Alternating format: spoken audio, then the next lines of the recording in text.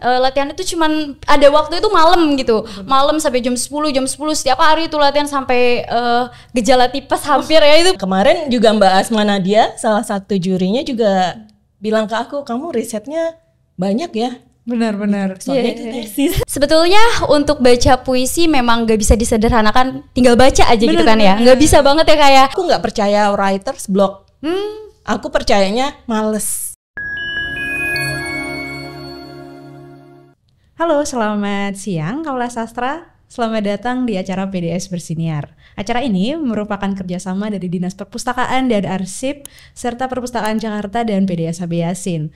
Untuk itu, acara ini merupakan salah satu cara bagi kita untuk lebih dekat dan mengembangkan minat kesusastraan, terutama bagi masyarakat di luar sana. Nah, pada siang hari ini, saya Ines sudah ditemani oleh dua narasumber yang luar biasa. Keduanya bukan hanya bagian dari sastra Indonesia yang penting, tetapi juga merupakan pemenang-pemenang dari beberapa perlombaan yang diselenggarakan oleh PDS HB Yasin. Untuk itu kita sapa dulu yuk dua narasumber kita pada siang hari ini. Halo Mbak Ersya, halo Mbak Eni, apa kabar? halo.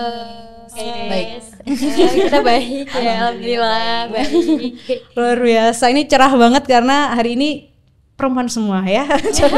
Kita digabung perempuan semua. Nah ini menurut saya menjadi salah satu indikasi yang baik ya, terutama dalam dunia sastra kita karena sudah mulai inklusif juga dan banyak sekali teman-teman dari perempuan yang mulai unjuk diri. Nah, Mbak Eni dan Mbak Ersya ini adalah dua pemenang dari Piala HB Yasin yang diselenggarakan oleh tahun kemarin nih 2024. Nah, walaupun mungkin sedikit terlambat ya Mbak Eni dan Mbak Ersya, tapi saya kira teman-teman tetap tertarik gitu dengan proses kreatif Mbak Eni dan juga mungkin sepak terjang Mbak Ersya nih dalam dunia pembacaan puisi maupun penulisan cerpen. Mungkin bisa kenalan dulu, Mbak Ersya mungkin bisa kenalan ke teman-teman tentang siapa sih sebenarnya Mbak Ersya ini dan kenapa sih mungkin menyukai pembacaan puisi. Silakan. Oke, halo Kaula Sastra.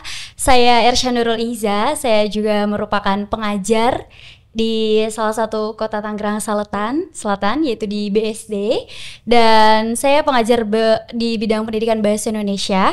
Kemudian kenapa saya gemar ya untuk di bidang pembaca puisi, memang dari dulu di lingkungan rumah gitu, terutama sama mama memang dari kecil kita sudah dikenali untuk hal-hal sastra seperti baca dongeng atau misalnya ikut pidato dan lain sebagainya kayak gitu-gitu. Karena memang mama suka dulu di bidang hal itu, karena sehingga mempengaruhi juga gitu ya, mungkin sehingga membentuk untuk ke hal itulah gitu, sampai sekarang pun menyukai dan juga aktif di bidang yang sama gitu, di bidang baca puisi, kemudian yang tidak jauh dari bahasa Indonesia lah gitu, mata pelajaran bahasa Indonesia, pidato dan sebagainya kayak gitu sih.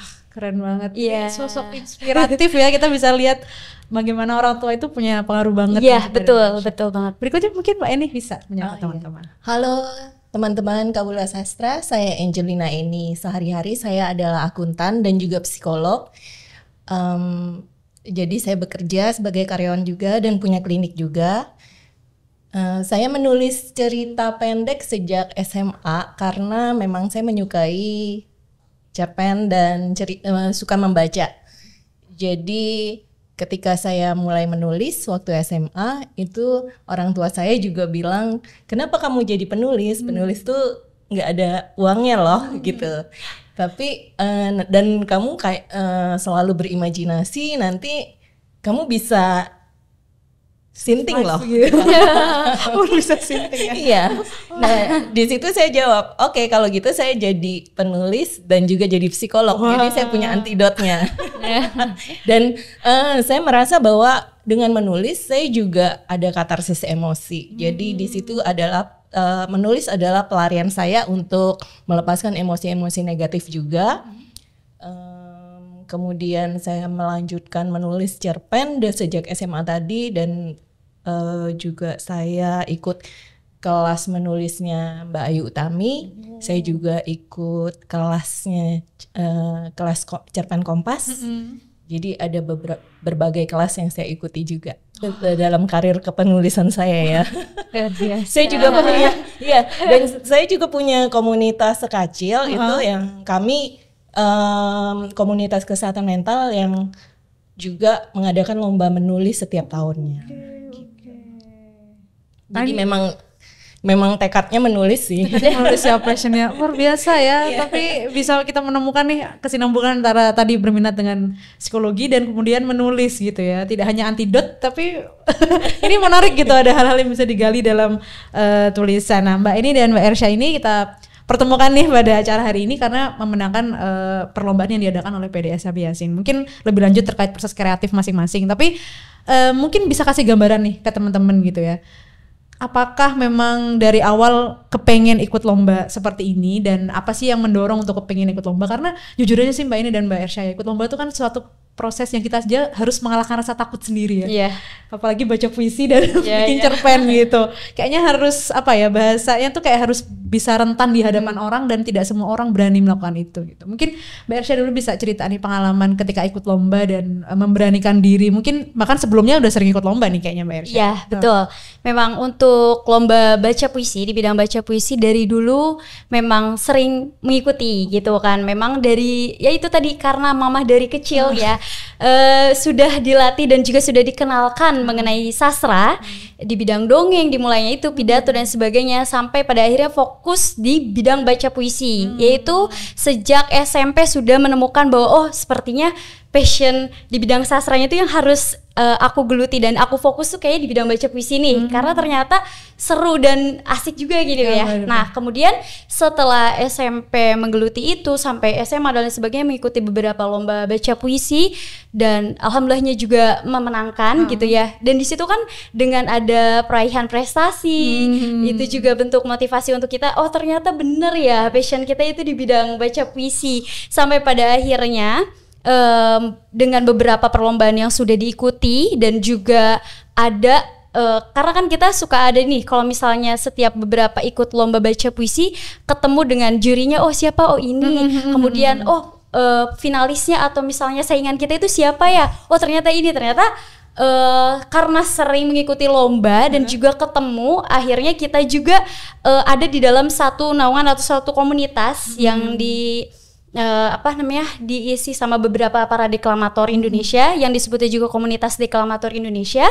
Dan dari situlah ada informasi mengenai lomba baca puisi Piala HB Yasin ini pada tahun 2024. Memang untuk lomba ini sebetulnya udah dari sebelum-sebelumnya saya tahu gitu ya informasi ini. Cuman dulu tuh kayaknya belum pede gitu ya.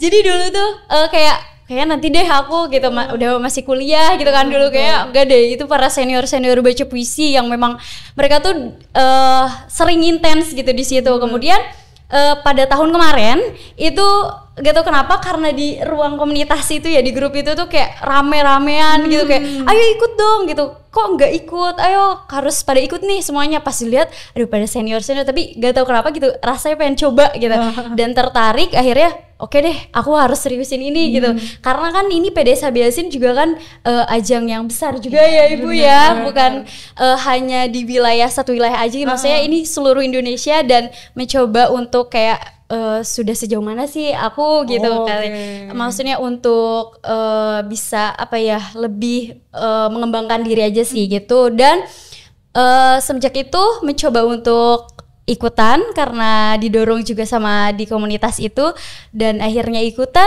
dan ternyata dapat finalis ya, 10 finalis sampai gitu kayak masa iya gitu kan, sampai dosen-dosen saya ikutan pun ternyata gak masuk finalis itu, kayak ya Allah gitu kan ini bener aku ikutan gitu. Cuman ya udah setelah ikut akhirnya makin diseriusin lagi gitu kan ya, dengan waktu yang ngajar yang padet lah gitu, terus latihan itu cuman ada waktu itu malam gitu, malam sampai jam 10 setiap hari itu latihan sampai gejala tipes hampir ya, itu pas mau menuju final gitu.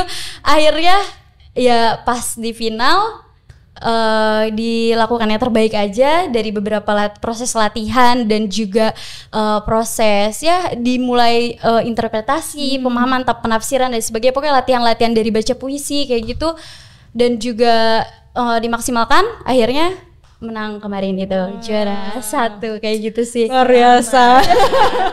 Ini dia applause ya. Kita lihat sepak terjangnya dan menarik banget sih, tadi saya highlight beberapa kata kayak komunitas. Ya. Ternyata itu sangat berpengaruh juga ya Betul, bagi kita betul. gitu kan. Betul Oke. sekali. Mbak ini mungkin dari cerpen ini kan ajang yang sama, tapi ini juga suatu acara yang prideful juga ya, cerpen itu. Dan maksudnya kita punya banyak penulis Indonesia dan untuk mengikut sertakan karya kita tuh untuk bersaing tuh kayaknya ada rasa gentar dan lain-lain. Tapi Mbak ini juga cukup berpengalaman sih. Tapi apa ada masih rasa takut juga nggak sih Mbak pas mau ikut lombaan gitu? Sebenarnya lomba cerpen PDS ABS itu baru tahun pertama bukan sih yang kemarin ini? Betul. Iya benar ya. Betul. Iya jadi aku tuh taunya ada lomba novel DKJ, lomba naskah teater seperti itu ya. Jadi pas ada PDS Yasin ngadain lomba cerpen itu, ya itu tadi seperti Arsya bilang, teman-teman di kelas menulis tuh pada yuk ikutan gitu kan, Panas-panasin. ayo ini cerpen nih bukan novel gitu kan, Iya. jadi waktunya harusnya lebih cepet nih bikinnya gitu kan. Nah pas bulan-bulan itu sebenarnya aku lagi tesis magister psikologi aku tentang trauma antar generasi di masyarakat Tionghoa Indonesia ya. Nah karena mumet, aku tuh kebiasaan memfiksikan tesisku. Oh gitu.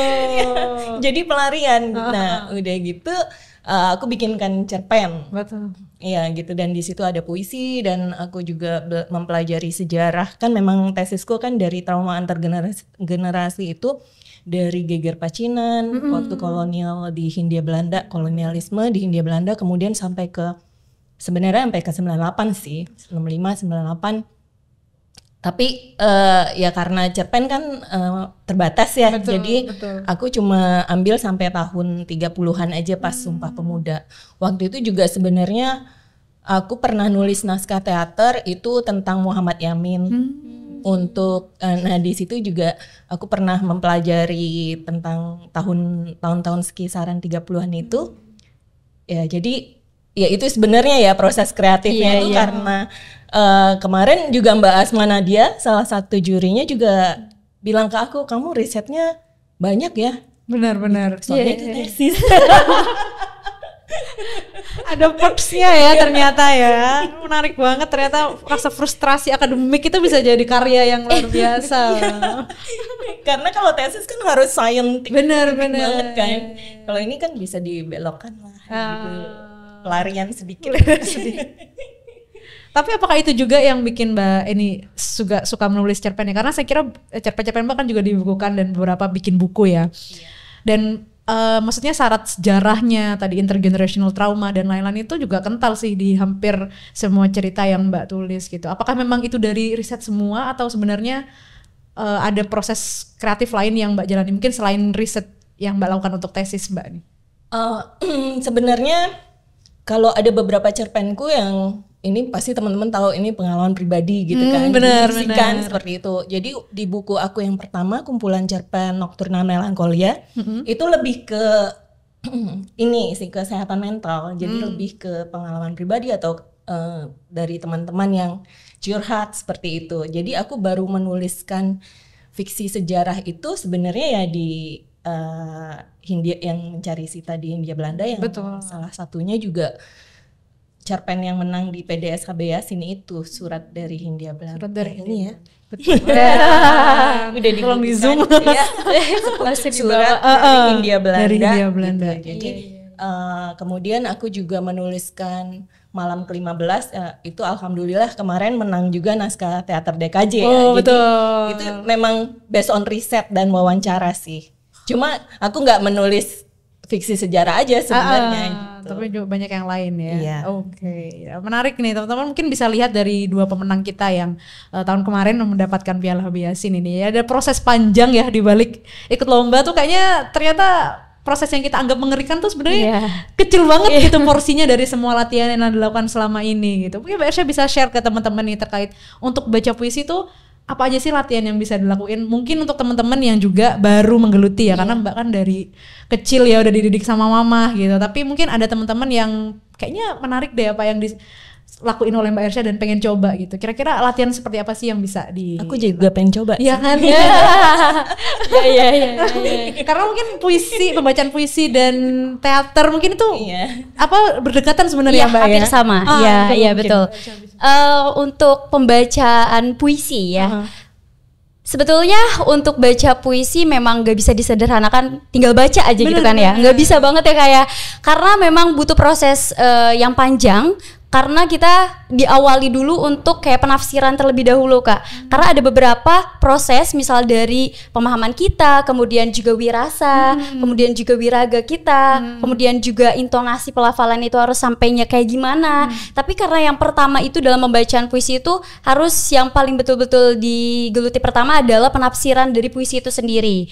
Karena dalam setiap puisi kan si penulis tuh punya maksud sendiri ya, kayak dia tuh mau diisi, maksudnya si puisi itu tuh dia tuh menafsirkannya seperti apa atau bertujuan untuk apa dan temanya seperti apa. Kemudian setelah diinterpretasi kita tahu nih arah puisi ini tuh kemana, untuk apa, dan setelah itu baru kita ke wirasa atau ke perasaan-perasaan kita ketika kita sudah mengetahui dan memahami apa itu puisi. Kita membawakan perasaan kita, kemudian setelah perasaan baru kita ke proses wiraga atau kita ke gerakan-gerakan. Ya, karena kita udah tahu nih perasaan atau baca puisi di mana, boleh kita digerakkan dan juga disertai dengan pembacaannya itu, intonasi, pelafalan dan lain sebagainya. Karena kan kalau kita misalnya ingin menyampaikan sesuatu nih dari apa yang udah kita dapat ya, karena kita udah paham, pasti nanti juga berpengaruh terhadap gerakan ataupun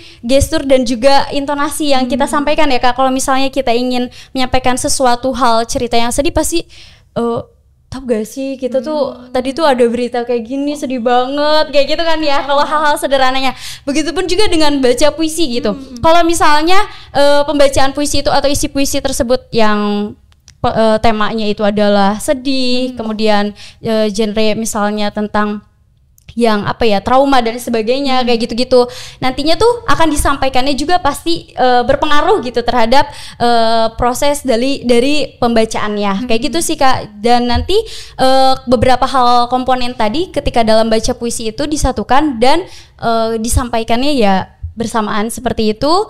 Dan yang paling ini sih Kak, yang paling banyak ditanyakan sih, beberapa ada yang menanyakan, Kak, apa sih perbedaan dari deklamasi dengan pembacaan puisi?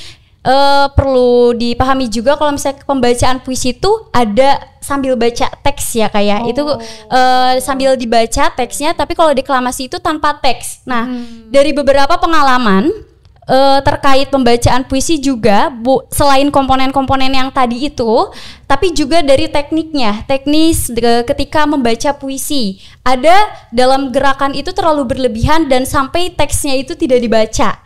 Nah, itu juga kan merupakan kesalahan yang ya bisa dikatakan kok namanya baca puisi kan sambil dibaca gitu ya.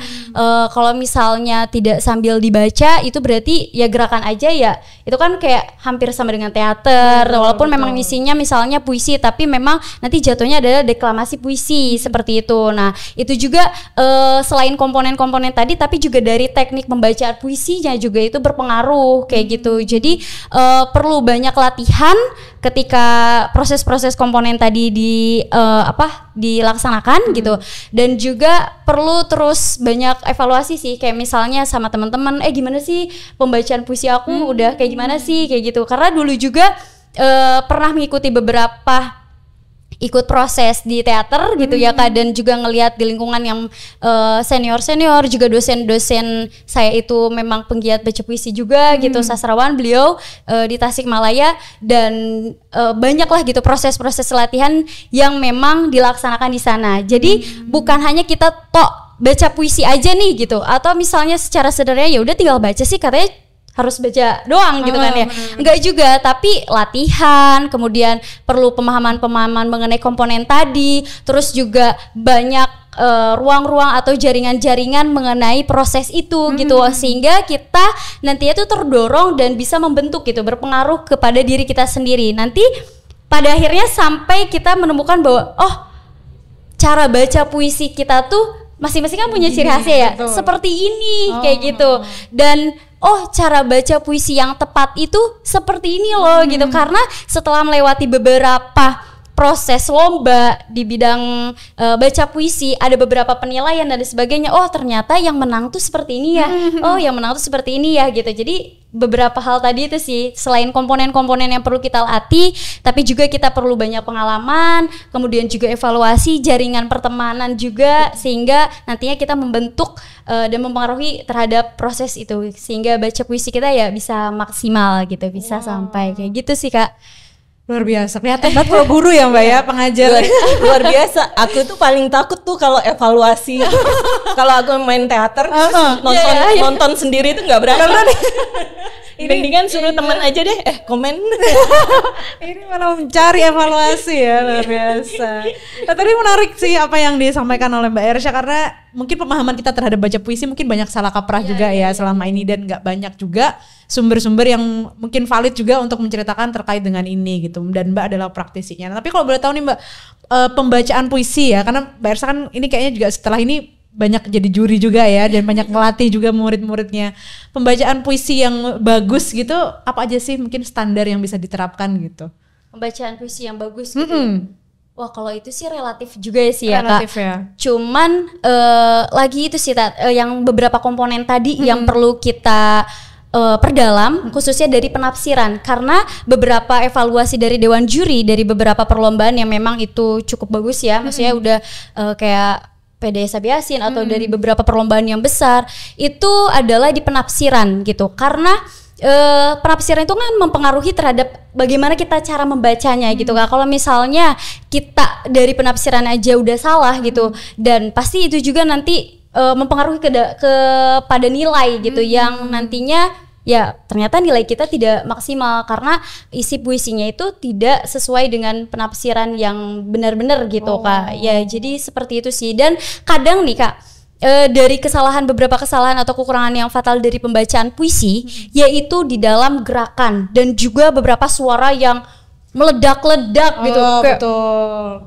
Harusnya tuh sedih gitu ya, harusnya tuh sedih, tapi karena ditafsirkannya dan juga di cara bacakannya itu meledak-ledak, kayak loh kok ini kan harusnya sedih, kok marah-marah kayak gitu ya. Atau misalnya gerakan-gerakan yang harusnya itu cukup kayak ya sederhana juga, kalau misalnya aku cukup aku aja, ataupun misalnya aku aja gitu dengan tatapan, itu juga udah cukup mewakili bahwa itu tuh untuk kata itu tuh adalah merujuk ke aku gitu. Nggak harus aku tapi sambil ngomong aku juga kayak gitu. Jadi itu kayak ada beberapa gerakan yang memang berlebihan yang bisa mempengaruhi terhadap ya ketika pembacaan puisi itu. Atau misalnya ada yang sedih menangis sambil beneran nangis tuh sambil ada sesegukannya gitu ya, kemudian sambil jungkir balik kayak gitu kan ya. Itu kan aduh itu sih berlebihan ya Kak, karena kan ya lagi-lagi kita balik lagi baca puisi kayak gitu. Seperti apa sih intinya, beberapa komponen tadi sih jangan terlalu berlebihan juga intinya dari setiap komponen-komponen pembacaan puisi yang tadi itu Kak.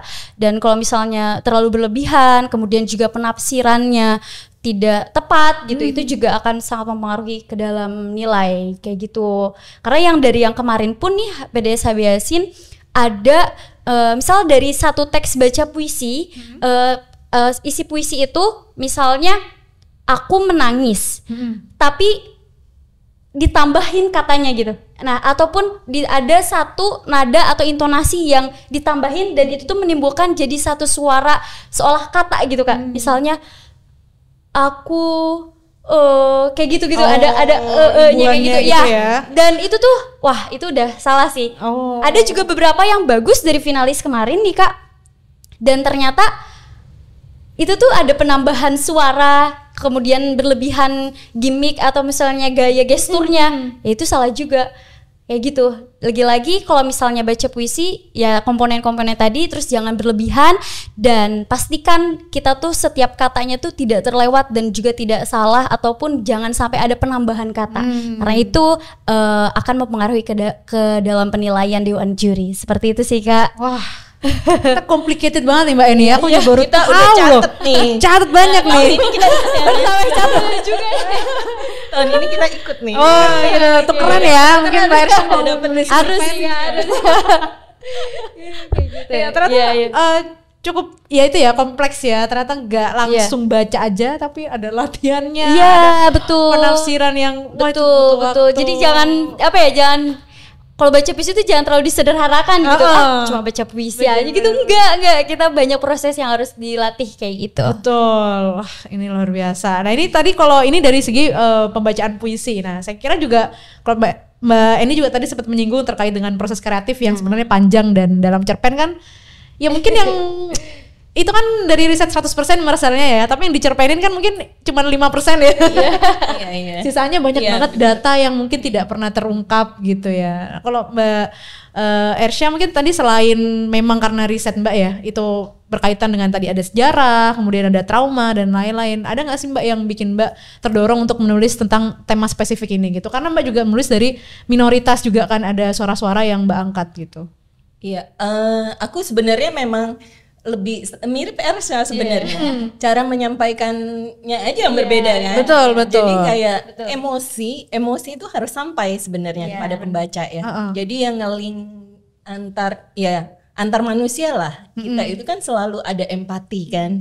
Bagaimana cara kita menyampaikan hal-hal itu supaya pembaca juga berempati. Sebenarnya emosi itu yang kita pengen hantarkan lewat kata-kata ya gitu. Jadi aku sendiri walaupun tidak menulis sejarah misalkan tentang kesehatan mental saja, itu ya kita mengolah empati itu, emosi yang akan kita sampaikan sehingga pembaca kita juga ikut berempati terhadap tokoh-tokoh kita di dalam karya itu. Sebenarnya itu sih.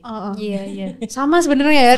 Sama semua ini aja sebenarnya. terkait dengan deliver emosi ya, ide gitu-gitu ya. Oke, ini menarik karena walaupun medianya berbeda tapi kita ada ground yang sama di sini. Dan Mbak ini juga saya kira aktif di komunitas teater juga, ya kan, bahkan nulis naskah teater loh. Beda nggak sih Mbak nulis cerpen sama? Ada bedanya karena di naskah teater tentu ada pemanggungan ya. Kita sebagai penulis harus memikirkan konsep pemanggungannya dan back soundnya dan sebagainya. Itu juga perbedaan dari menulis cerpen gitu ya. Kalau cerpen kan kita lebih kalimat tak langsung atau dengan dialog-dialog kalimat langsung, tapi teater tuh lebih ada konsep pemanggungannya, jadi udah dipikirin dulu visualnya gitu. Iya. Tapi kalau boleh tahu Mbak ini sendiri memang dari dulu tertarik dengan dunia pemanggungan atau? Iya. Oh gitu. Aku juga tertarik sama mirip Ersya aja. Waktu SMP aku tuh ada pelajaran drama di sekolah. Dan teman-teman kelompok ini males. Jadi mereka sama sekali nggak pengen berkontribusi Jadi mereka cuma milih aku. Eni, kamu yang nulis naskahnya, kami pentas aja. Kamu yang sutradarain ya. Jadi terus aku nulis itu waktu SMP terpaksa kan. Kalau nggak dapet nilai. Teman-temanku males semua. Jadi aku yang nulisin naskahnya, kemudian mereka juga kayak nggak mau jadi pemeran utama, aku mau pemeran pembantu aja yang dialognya dikit gitu kan. Jadilah aku kayak aku yang nulis naskah, aku yang sutradara, aku jadi aktor utama. Benar, hard carry semuanya ya. Jadi mungkin itu kebawa ya sampai sekarang. Jadi kayak memang aku senang mempelajari manusia gitu loh. Jadi di ilmu psikologi juga begitu kan, kaitan eratnya. Jadi aku senang mempelajari manusia dan karakterku di dalam entah naskah teater ataupun cerpen ataupun novel, ya itu. Jadi memang deliver emosi kata Ines tadi ya. Jadi memang manusia itu kan sangat kompleks, emosinya juga. Jadi kita itu harus memikirkan si tokoh ini berpikir tentang apa yang dia alami. Kemudian apa emosi yang ingin disampaikan kepada pembaca seperti itu. Oke, ini tadi terkait dengan dibalik proses kreatif ya, baik Ersya maupun Mbak Eni. Nah berikutnya nih mungkin karena memang tema kita hari ini adalah membahas lomba ya, terutama yang sudah diselenggarakan oleh PDSAB Yasin. Pengen tahu juga nih, selama proses kreatif itu ada nggak sih kendala-kendala ketika pengen ikut lomba? Mungkin dari Ersya. Karena pembacaan puisi itu kan salah satu hal yang cukup sulit ya bagi saya ya, orang awam, itu adalah aksesibilitas ya. Kita nggak bisa membayangkan mengundang orang untuk datang baca puisi gitu. Jadi ada banyak tantangan gitu dalam pikiran saya untuk kita bisa menyelenggarakan lomba sekelas yang diselenggarakan oleh PDSA Yasin gitu. Tapi ada nggak sih tantangan lain yang mungkin bisa share ke teman-teman? Yang mungkin juga karena kita tahu juga ya, walaupun Jakarta ini kita pusatnya ibu kota Indonesia, tapi kan banyak sebenarnya teman-teman yang mungkin belum punya privilege untuk datang ke sini, bisa ikut lomba, hadir, nonton teater dan lain-lain gitu. Pengalaman Ersha mungkin bisa. Kalau kendala-kendala sih dari pembacaan puisi ya, mengikuti lomba ini ya. Bener. Sebetulnya lebih ke teknis sih. Kalau misalnya lomba baca puisi Piala HB Yasin sih khususnya kan karena diseleksinya itu lewat video. Ya, jadi saya tuh kemarin take video harus ke Tasikmalaya dulu. Walaupun memang ada teman-teman yang memang bisa untuk take video gitu, karena mungkin tadinya terbiasa dengan temen di sana ada gitu kan, dan lebih paham gitu untuk teknis take videonya. Tapi khususnya take video pengambilan dibaca puisi dia tuh pinter banget buat ininya gitu. Jadi kendalanya lebih di situ sih, karena kalau di saya sendiri memang terbatas, terutama kayak untuk kameranya, walaupun memang kamera ada, tapi kan suara dan lain sebagainya itu juga kendala-kendala yang memang perlu kita antisipasi lah gitu dalam proses mempersiapkan lomba, khususnya apalagi yang bentuknya video seperti itu kendala yang pertama. Dan saya harus ke Tasikmalaya untuk take video gitu kan. Terus yang kedua, selain kendala dari pengambilan gambar, terutama dari suara juga, karena kan kalau misalnya lewat khususnya baca puisi lewat video, kalau misalnya masuk suara dari luar, kemudian juga atau suara kitanya tuh kurang maksimal dan lain sebagainya gitu kan ya, itu juga kendala berikutnya gitu dalam proses untuk mempersiapkan baca puisi. Dan yang pasti lagi-lagi balik lagi ke komponen baca puisi tadi, dari penafsiran gitu ya. Kadang kita tuh untuk memahami satu puisi gitu ya Bu, ini tuh maksudnya gimana ya, maksud penulis untuk membuat puisi itu kemana ya arahnya, kayak gitu-gitu. Lagi-lagi kita juga perlu riset, perlu juga mengetahui dulu ini maksud kemana. Kadang saya coba lihat di Google gitu, analisis dari puisi tersebut itu seperti apa isinya. Apalagi kalau misalnya puisinya itu adalah puisi yang baru dibuat dan belum ada analisis gambaran dari yang lain gitu kan. Jadi kita sendiri gitu, kayaknya maksudnya ini kayak gini ya. Atau kadang saya juga melakukan beberapa diskusi sama beberapa teman yang ada di komunitas deklamator Indonesia gitu, teman-teman kayak, Kak maksud dari ini apa ya? Kakak kalau misalnya dari aku sih seperti ini, menurut kakak gimana sih pandangan kakak sendiri, kayak gitu-gitu. Yang memang mereka ini adalah basicnya yaitu backgroundnya di bidang baca puisi, yang dan notabene mereka juga dosen-dosen bahasa Indonesia kayak gitu kan. Jadi untuk menganalisis dan sebagainya ya cocok lah gitu, mereka nyambung untuk diskusi hal itu kayak gitu. Itu sih kalau lebih kayak gitu kendala-kendalanya. Apalagi kalau misalnya offline langsung nih. Betul. Kita tuh harus benar-benar memaksimalkan suara, apalagi di kendala di suara. Kemarin tuh kayak di teater besar kan, itu kan ruangannya besar banget ya Bu ya. Itu tuh kita tuh suara harus benar-benar nyampe, apalagi Bang Yose itu beliau itu duduknya tuh di belakang banget, sengaja gitu, di atas kalau gak salah ya. Wah, sengaja kita tuh vokalnya tuh udah nyampe mana kayak gitu. Aduh, ini berarti suara kita tuh intonasi harus maksimal gitu. Kalau misalnya kendala kita suaranya misalnya kurang maksimal atau kurang lepas kayak gitu ya Bu, gak nyampe juga gitu. Atau misalnya kendala kita misalnya di gerakan dan lain sebagainya, yang bisa itu nantinya juga mengganggu ke dalam proses baca puisi, itu juga akan mempengaruhi. Jadi lagi-lagi balik lagi ke komponen sih dan teknisnya ya. Kalau misalnya di dalam lombanya itu bentuk video ya, pasti dari pengambilan gambar dan lain sebagainya kayak gitu. Cuman ya dengan beberapa kendala yang tadi, karena mungkin lagi-lagi ada pengalaman dan sebagainya, jadi ada banyak antisipasi sehingga bisa untuk diminimalisir lah gitu dari beberapa kendala yang ada kayak gitu Kak. Benar-benar. Berarti pengalamannya itu benar-benar teraplikasi ya. Betul. Years of practice itu kelihatan banget ya saat lomba ya. Betul, bukan 5 menit yang menentukan itu. Gitu. Itu ada ini enggak supaya suara gitu. Iya, triknya mungkin ada misalnya minum makan kencur. Minum yang enggak boleh minum es gitu ya. Enggak boleh makan gorengan. Gitu-gitu emang ada. Tapi kalau misalnya makan kencur kayaknya enggak sampai ke sana. Kayaknya itu lebih ke yang nyanyi ya. Bener.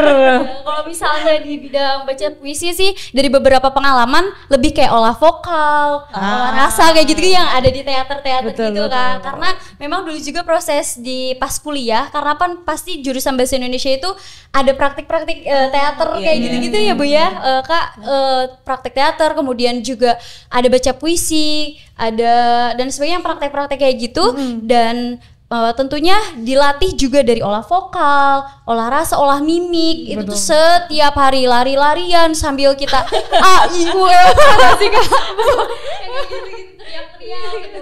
Waktu itu juga pas proses mau pementasan teater keliling-keliling dulu gitu dengan kita tuh mimiknya gimana ada berbagai mimik gitu yang kita munculkan sambil lari-lari karena olah fisik kan ya. Kemudian juga pemanasan dan sebagainya. Kemudian ya gitu olah vokal yang terus dilatih kayak gitu. Ada pasti ada latihan-latihan sendiri yang bisa menunjang untuk komponen-komponen baca puisi tadi sih Bu, kayak gitu.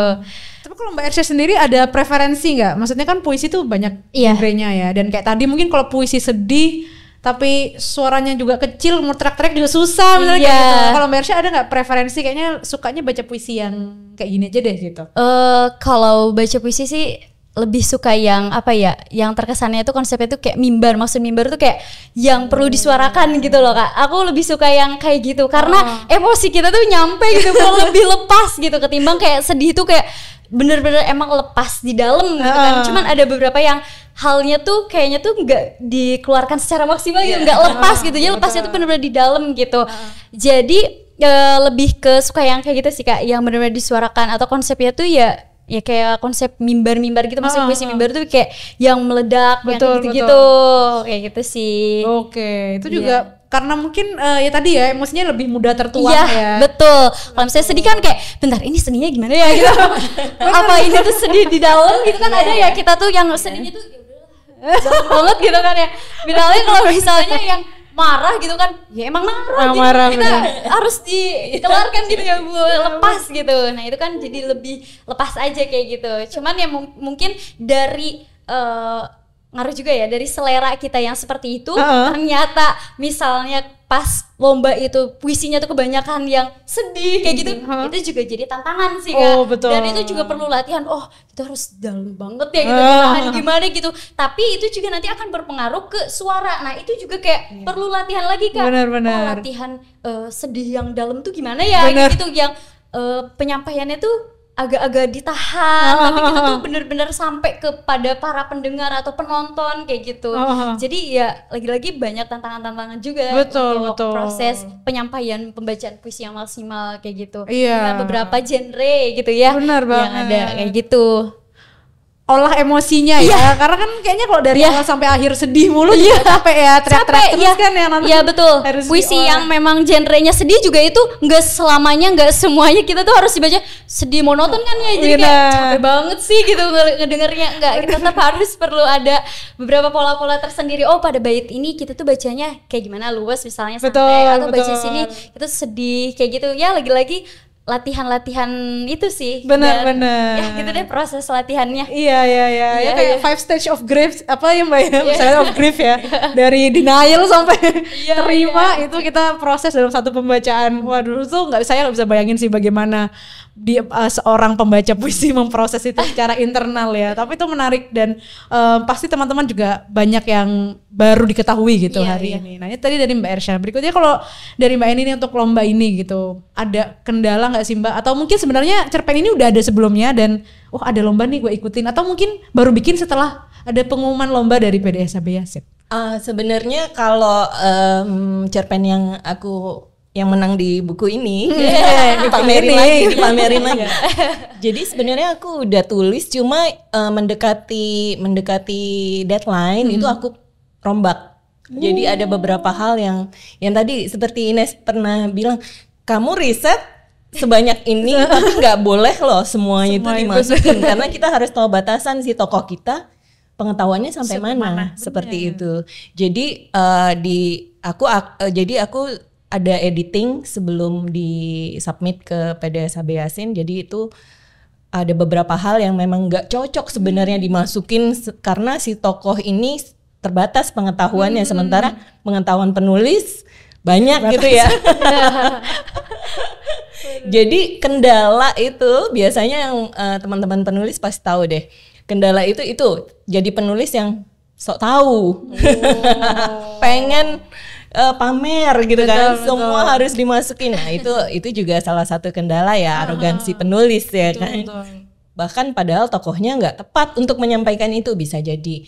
Dan yang paling utama kendala itu kalau teman-teman, kalau aku nggak percaya writer's block, aku percayanya males. Jadi kendala para penulis gitu kan, banyak. Aduh, aku nggak ada ide. Padahal sebenarnya percakapannya Ersya tadi bisa ditulis loh. Jadi sebenarnya kalau aku nggak percaya writer's block, aku percayanya males. Oh, lagi males aja sih nulis. Nah tapi ya itu deadline tuh penting. Jadi bahkan ada temen-temen yang memang bergantung menulisnya pada deadline. Kalau ada lomba ini jadi menghasilkan karya gitu kan. Karena kalau ada lomba ini jadi menghasilkan cerpen satu lagi. Benar. Jadi sebenarnya deadline itu membantu sih. Oh, malah membantu. Iya, malah membantu. Karena dengan begitu para penulis jadi produktif. Ada dorongan gitu ya. Ada dorongan. Aduh, submit sebelum tanggal ini. Kalau nggak males, nggak selesai ceritanya. Betul juga sih ya. Sama dengan latihan kali Mbak Ersya ya. Kalau nggak ada tenggat, males kan? Males pola vokal lah gitu ya. Kayak gitu. Tag videonya besok aja lah gitu. Sampai kapan mulai ya? Bener. Wah, berarti memang ini sebuah inisiasi yang sangat positif ya. Harapannya ke depan kita punya banyak wadah ya, nggak cuma PDSB Yasin tapi juga berbagai platform lainnya untuk teman-teman nih yang berkarir di dunia kreatif, mau nulis, baca puisi, deklamasi dan lain-lain supaya dikasih tenggat lah setidaknya. Ya, bener. Jadi makin produktif makin produktif ternyata. Jadi ternyata kendala-kendala tadi build up-nya bagus gitu ya. In the end bisa menang lomba gitu. Bisa ikut aja tuh merupakan suatu privilege ya. Udah menyelesaikan satu karya. Satu karya juga udah kayak wah gitu ya. Benar. Nah, kalau Mbak ini juga karena sebagai penulis ya, maksudnya penulis buku ya, bukan cuma penulis yang sering ikut lomba gitu. Ada nggak sih Mbak insentif yang dirasakan setelah menang lomba tuh jadi lebih semangat nulis buku gitu? Atau enggak karena jujur aja saya kenal beberapa banyak penulis yang kayaknya ikut lomba aja deh, nggak usah bikin buku. Iya kan gitu ya. Kayak ada juga yang kayak gitu udah ikut lomba aja deh, ngapain bikin buku gitu. Tapi kalau dari Mbak ini nih ikut lomba ini ada pengaruhnya nggak dari karir ke penulisan? Ada. Gitu. Jelas teman-temanku ini rese-rese ya. Jadi kayak buku apa lagi nih gitu. Tuntutan udah ditagih ya. Yang waktu itu kamu cerita soal hantu-hantu kapan terbangnya? Kayak gitu. Jadi mereka resenya di situ. Jadi tuntutan buat nulis itu selalu ada karena mereka pengen tahu lagi nih karya ini apa lagi gitu kan. Terus itu selain itu ada positifnya juga. Bisa jadi guru kayak diundang untuk ngajar cerpen buat anak-anak kayak gitu. Aku seneng banget sih sharing sama anak-anak SMP, SD, bahkan kemarin SMA gitu loh. Aku seneng banget kayak sharing cara menulis atau topik-topik mereka itu sekarang maksudnya kalau aku bandingkan dengan zaman aku masih SMA, mereka lebih imajinatif. Lebih advance ya. Iya, hebat-hebat anak-anak sekarang. Luar biasa. Oke, jadi ternyata memang malah tetap ini ya, malah tetap semangat juga ya untuk dong. Ya karena tadi mungkin udah kelewat nyaman dan mungkin juga banyak orang yang berpikir bahwa kan udah bikin buku ngapain sih ikut lomba. Misalnya ada nggak sih Mbak yang bertanya kayak gitu? Enggak sih, jadi tapi aku punya ini sendiri, kayak aku punya ngobrol aja sama teman. Kamu mau menangin lomba apa lagi? Gitu? Dengan sinisnya gitu kan. Enggak. Aku kalau udah menang udah aku enggak ikut lagi. Biar kalian aja sama. Ntar aku ikut yang lomba yang baca puisi. Mencoba karir baru. Mencoba.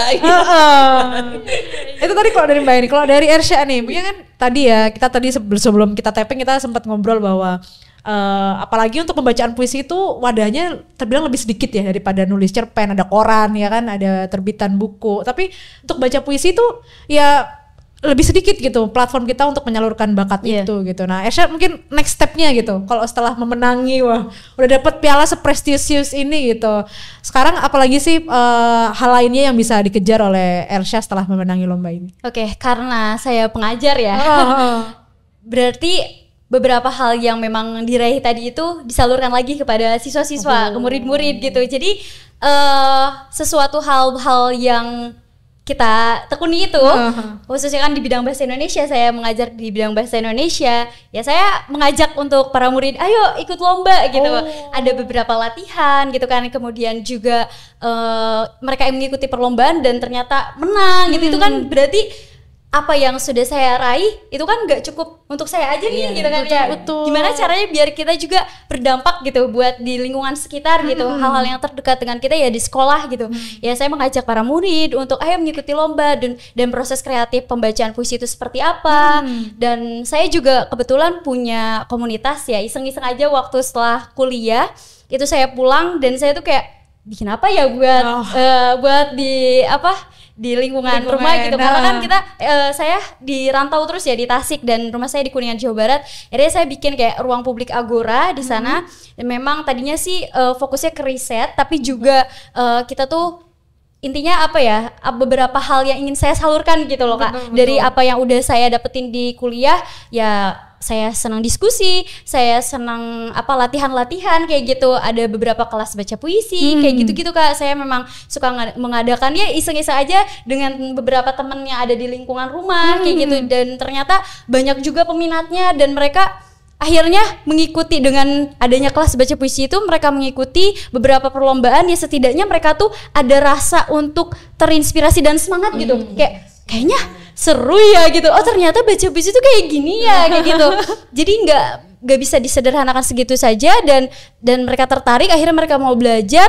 Dan karena baca puisi itu lagi-lagi public speaking juga sih ya Bu ya. Itu latihan untuk kita gimana berbicara, itu juga mempengaruhi. Akhirnya mereka juga jadi lebih percaya diri, public speakingnya juga bagus gitu, penyampaian dari intonasi, kemudian gerakan gestur lah gitu ketika menyampaikan sesuatu itu juga sangat mempengaruhi. Oh ternyata ruang ini juga ngasih mempengaruhi gitu, berdampak untuk lingkungan aku gitu ya. Dan saya mengajak teman-teman yang lainnya untuk ayo bikin apa lagi nih setelah ini, kelas apa lagi nih, apapun gitu. Tapi memang saya pengen fokusnya tuh di baca puisi dan tergabung juga dengan beberapa komunitas lain gitu, misalnya kayak taman baca kayak gitu-gitu. Dan di sana juga selalu ada ruang-ruang untuk baca puisi kayak gitu, atau biasa suka ada malam puisi kayak gitu-gitu ya. Dan outputnya seperti itu sih nantinya gitu. Ayo ada ini malam puisi untuk baca puisi gitu. Betul. Dari beberapa ayo siapa yang minat gitu, dari beberapa yang tadinya ikut kelas atau latihan yang tergabung gitu, atau misalnya memang udah suka dengan bidang baca puisi, akhirnya mereka itu pada tertarik gitu. Betul. Dan ikut, dan akhirnya ruang-ruang baca puisi itu ya bersuara kayak gitu loh Kak. Dan baca puisi itu seperti ini ya, ternyata seru ya gitu.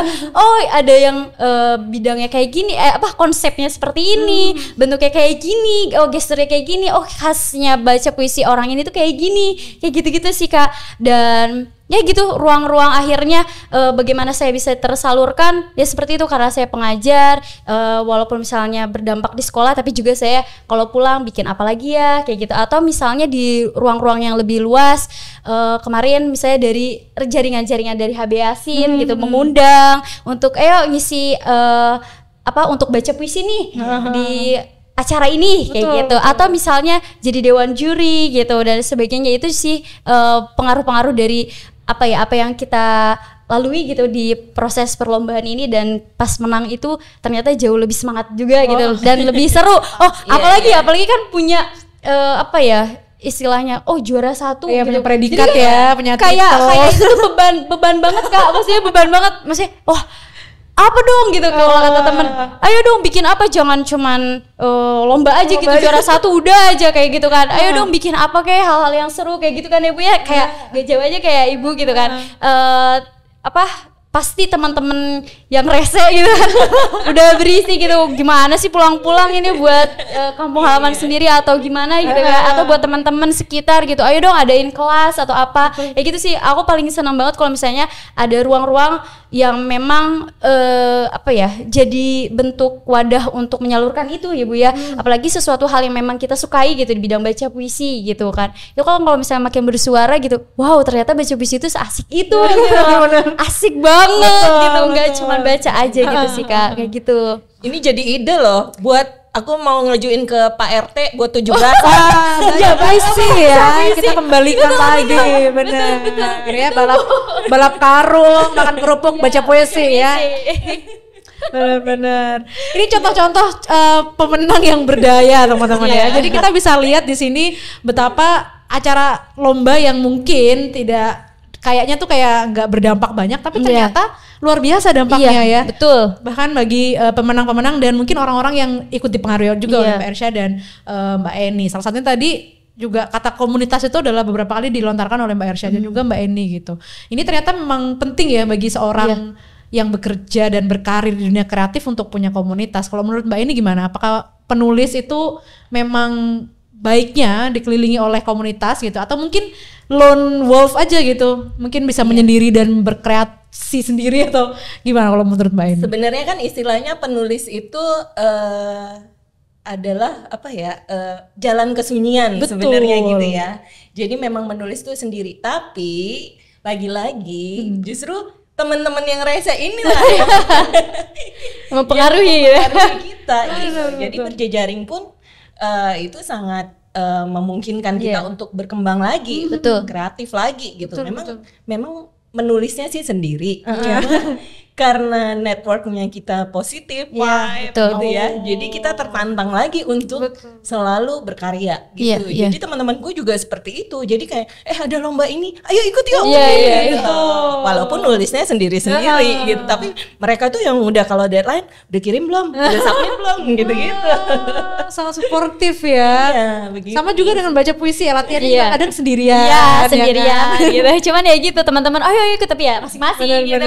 Tapi aku penasaran sini, pertanyaan pribadi aku ya. Kalau dari Mbak Ersha nih, orang-orang yang mungkin lebih introvert dan lainnya tuh cocok gak sih bisa baca puisi juga gak sih? Atau mungkin untuk orang-orang kayaknya kalau Mbak Ersha kan semangat banget ya Mbak Eni ya, orangnya bisa berjejaring gitu, tapi kan ada orang yang aduh malu gitu ya, mungkin bisa gak ya gue baca puisi di depan orang gitu, orang yang mungkin secara pribadi tidak punya pengalaman di atas panggung, yang public speakingnya juga kurang bagus, itu juga oke gak sih Mbak untuk orang-orang seperti itu berkarir tuh? Relatif sih ya, kayak lagi-lagi gimana, kembali lagi ke dianya. Kalau misalnya dianya memang terus mau belajar, ya pasti bisa gitu. Karena baca puisi itu ya dengan latihan gitu. Kalau misalnya kita udah punya basic vokal nih, tapi karena nggak dilatih, karena nggak ada kemauan gitu kan, ya udahlah gitu. Emang suara saya, tapi padahal kamu suaranya bagus banget buat baca puisi misalnya gitu ya. Atau kamu tuh orang itu extrovert, kayaknya bakal lebih apa ya, dari gestur, dari mimik dan sebagainya tuh udah tinggal dipoles dikit aja gitu kan ya. Nah, cuman karena ya tidak ada kemauan dan juga tidak mau ada rasa semangat untuk latihan gitu, itu juga akan mempengaruhi sih. Karena dari beberapa teman-teman saya waktu kuliah yang memang basicnya tuh misalnya suara atau vokalnya tuh tidak sebesar para pemain teater yang misalnya handal, atau para pembaca puisi yang memang suaranya wow gitu, bulat gitu ya. Tapi karena dengan kemauan dan juga belajar latihan, tapi bisa-bisa aja sih Kak. Dan apa ya, mungkin lebih di basic atau genre baca puisinya tuh yang lebih dalam, lebih apa ya, puisi-puisinya tuh yang gak usah diledak-ledakan gitu ketika dibacanya gitu, kayak gitu. Nyampe pesan apa yang dibacakan lewat beberapa orang yang memang dengan ya seperti itu gitu backgroundnya gitu, nyampe kok bisa gitu, selama ya lagi-lagi gitu kemauan dan juga latihan belajar gitu ya kayak. Pasti ada target marketnya ya pasti ya. Iya. Seperti apapun karakternya, sama dengan penulis ya Mbak. Walaupun mungkin kita bisa lihat tren sastra sejarah sekarang sedang tinggi ya, tapi Mbak juga menulis banyak hal terkait mental illness, mungkin ada romance-nya juga dari apa yang Mbak tulis. Toh in the end menemukan pembacanya sendiri gitu. Dan menarik sih karena Mbak Ersha dan Mbak Eni ini kan merupakan selain pemenang ya, kita bisa lihat di sini keduanya ini juga adalah salah bentuk dari sebuah sistem sastra yang ideal gitu. Mestinya ada penulis, ada pembaca yang aktif gitu kan. Kayaknya kalau saya penulis puisi seneng banget gak sih puisinya dibacain gitu ya. Kalau kita penulis cerpen seneng cerpennya dikritik dan lain-lain. Jadi kita bisa lihat nih teman-teman bagaimana acara-acara seperti ini bisa mendorong pertemuan-pertemuan antara orang-orang yang punya sumber daya, ada Mbak Ersya dan Mbak Eni di sini untuk lebih lanjut nih bisa berdaya juga untuk masyarakat di sekitarnya gitu. Nah mungkin pertanyaan terakhir kepada Mbak Ersya dan Mbak Eni, mungkin Mbak Eni dulu bisa share ke teman-teman proyek-proyek ke depan yang mungkin bisa Mbak Eni spill gitu ya, sampaikan ke teman-teman nih apa nih biar bisa kita ikut bantuin nagih gitu ya. Kapan gitu ya kita bisa bantu nagih, bisa ikut antusias dan menunggu sepak terjang juga dari Mbak Eni dan Mbak Ersya. Mungkin Mbak Eni bisa share ke teman-teman nih proyek-proyek terdekatnya. Waduh, ini teman-temanku yang nonton nih pasti nagih-nagih beneran. Kita catat semua ya. Iya.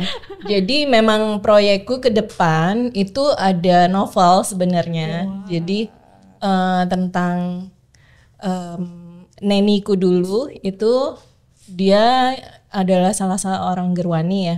Jadi aku sedang menuliskan itu. Sebenarnya menulisnya sudah, cuma editingnya ini loh yang kayak aduh mau dipoles-poles lagi gitu. Jadi novel sih. Jadi proyek ke depanku itu novel sebenarnya gitu. Oke. Kalau kegiatan Mbak selain acara podcast kita pada hari ini, kapan lagi kita bisa bertemu dengan Mbak Eni mungkin?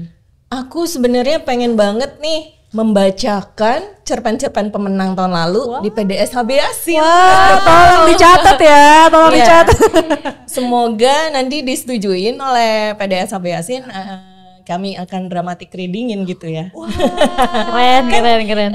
Cerpennya bagus-bagus loh. Betul bagus banget. Jadi harus banget ini diketahui oleh para pembaca di Kaula Sastra di luar sana, apalagi yang mau ikut yang lomba tahun ini ya. Betul. Jadi mereka punya patokan gitu, ya. gambaran cerpen-cerpen apa aja sih sebenarnya yang diminati. Betul. Gitu. Iya.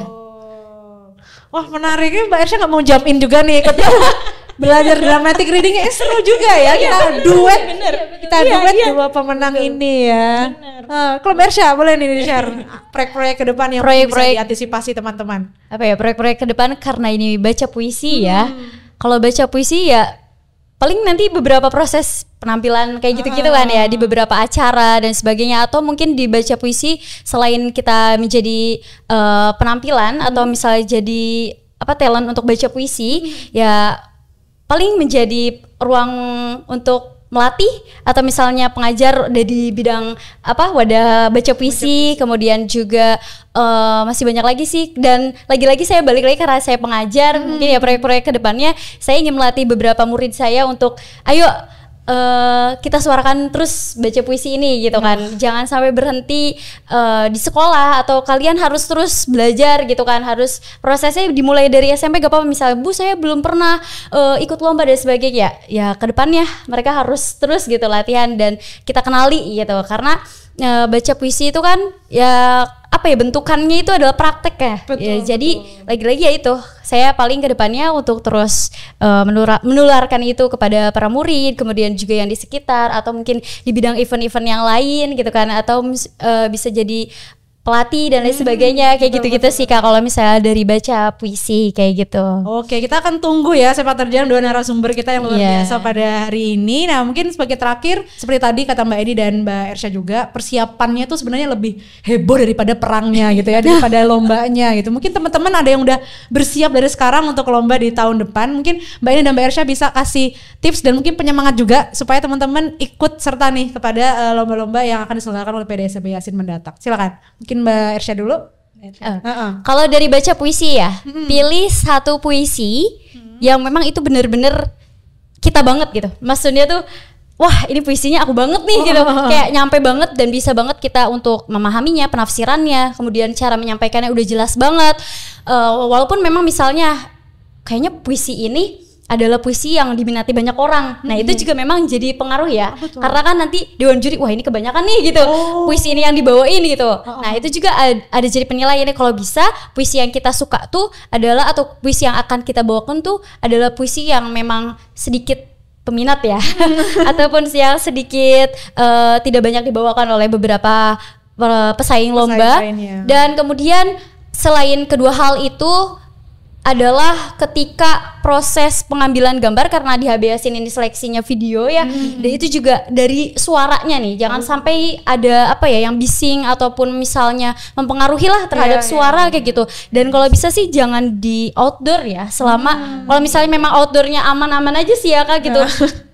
Gak ada suara apa-apa, sepi gitu, cuma angin aja. Takut banget ya gitu.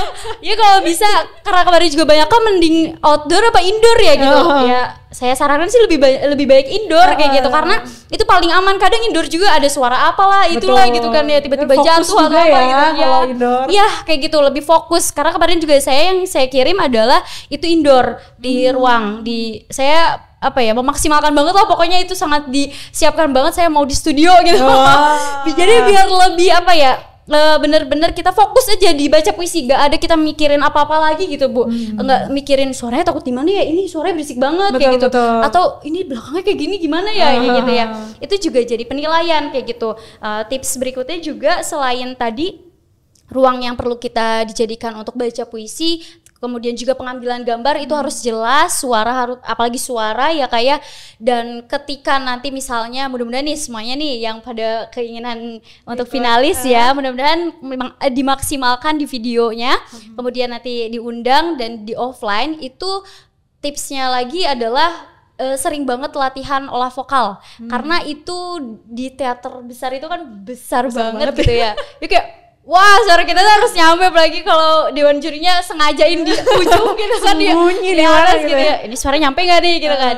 Atau misalnya, dan selain suara juga dari gestur atau mimik gitu ya, dari gaya-gaya yang kita keluarin tuh jangan sampai terlalu berlebihan gitu, atau malah kesannya tuh jadi lebay gitu. Kok kayak gini gitu kan ya. Dan cara menyampaikan tadi, yang penafsiran tadi gitu kan, harus betul-betul gitu dari awal tuh, oh maksud dari isi puisi ini tuh seperti ini, jadi ketika disampaikannya juga akan sampai dan tepat seperti itu, dan nanti juga akan mempengaruhi ke lain sebagainya. Dan kalau bisa sih jangan ada sampai gerakan-gerakan yang nantinya akan mempengaruhi terhadap proses baca. Misalnya kita harusnya tuh bacanya tuh maksimal, tapi karena ada gerakan apa jadi ngaruh ke cara baca, jadi tiba-tiba melengking, atau karena jadi capek gerakannya banyak gitu kan, jadi aduh gak maksimal gitu kan. Jadi kalau bisa sih harus banyak latihan sih untuk proses baca puisi. Jangan terlalu menyederhanakan, oh cuma baca puisi kok gitu. Jangan gitu, itu fatal banget. Harus latihan sih, harus latihan ya, supaya semangat gitu kan. Dan terus komponen-komponen baca puisi tadi harus dilatih dan dimaksimalkan. Semangat. Wah, luar biasa. Ini kalau sampai nggak ikutan nih, wah. Iya. Sayang banget tipsnya, udah Iya. jor-joran ini, udah nggak ada Iya. rahasia dapur lagi, udah nggak ada nih Mbak Eni. Nah berikutnya kalau Mbak Eni nih mungkin bisa. Kalau aku sih tips dariku sebenarnya menulislah yang kalian kuasai gitu ya sebenarnya.